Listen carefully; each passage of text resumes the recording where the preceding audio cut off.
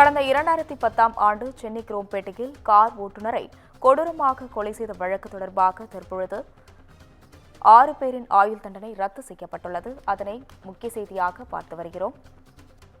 தொழிலதிபர் கிருஷ்ணமூர்த்தி, அவரது மகன் உள்ளிட்ட 6 பேருக்கு விதிக்கப்பட்ட ஆயுள் தண்டனையானது தற்பொழுது ரத்து செய்யப்பட்டுள்ளது. சென்னை கூடுதல் அமர்வு நீதிமன்றம் விதித்த தீர்ப்பை ரத்து செய்து உயர்நீதிமன்றமானது இந்த உத்தரவை பிறப்பித்துள்ளது. தனது மகளிடம் தகாத முறையில் நடந்து கொண்டதாக எழுந்த சந்தேகத்தில் கார் ஓட்டுநரை கூலிப்படையை வைத்து கொலை செய்த பிரிவில் காவல்துறை முன்வைத்த குற்றச்சாட்டுகள் நிரூபிக்கப்படவில்லை என ஆயுள் தண்டனை ரத்து செய்து உயர்நீதிமன்றம் தீர்ப்பு வழங்கியுள்ளது. இதுகுறித்து கூடுதல் விவரங்களை வழங்குவதற்காக செய்தியாளர் சிவக்குமார் இணைப்பில் உள்ளார்.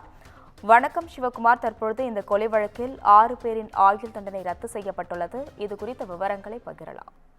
அதாவது மகளுடன் திருமண பந்தத்தை தாண்டிய உறவுல இருந்ததாக வந்த வதந்தி காரணமா கார் ஓட்டுநரை கொலை செய்த வழக்குல தந்தை, மகன் உள்ளிட்ட 6 பேருக்கு விதிக்கப்பட்ட ஆயுள் தண்டனையை ரத்து செய்து சென்னை உயர்நீதிமன்றம் தற்போது ஒரு தீர்ப்பு வழங்கியிருக்குதுங்க.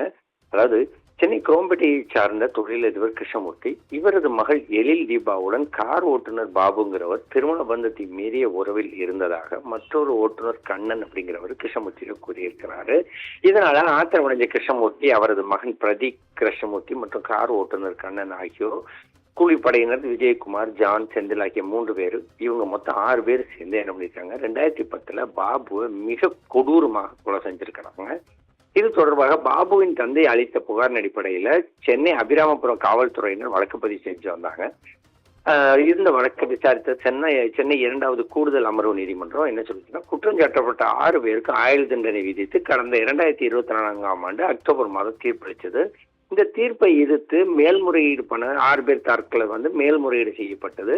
இந்த மேல்முறையீட்டு மனுக்களை விசாரித்த சென்னை உயர்நீதிமன்ற நீதிபதிகள் எஸ். ரமேஷ் மற்றும் என். செந்தில்குமார் ஆகியோர் அமர்வு வழக்குல முக்கிய சாட்சியாக இருந்த எழில் தீபா விசாரணை நீதிமன்றத்துல பிறல் சாட்சியம் அளிச்சிருக்கிறாரு. அதே மாதிரி காவல்துறை தரப்புல கூறப்பட்ட குற்றச்சாட்டுகள் முழுமையாக நிரூபிக்கப்படல. டிரைவருடன், அதாவது முதல் குற்றவாளியான கிருஷ்ணமூர்த்தி மகளுடன் தகாத உறவில் இருந்தார்னு காவல்துறை குற்றச்சாட்டுகள் நிரூபிக்கப்படலனும், இதனை விசாரணை நீதிமன்றம் கருத்து கொள்ளவில்லைன்னு கூறியும் 6 பேரின் ஆயுள் தண்டனையை ரத்து செய்து தற்போது அனைவரையும் விடுதலை செய்து தீர்ப்பளிச்சிருக்குது. அஸ்வினி, விவரங்களுக்கு நன்றி சிவகுமார்.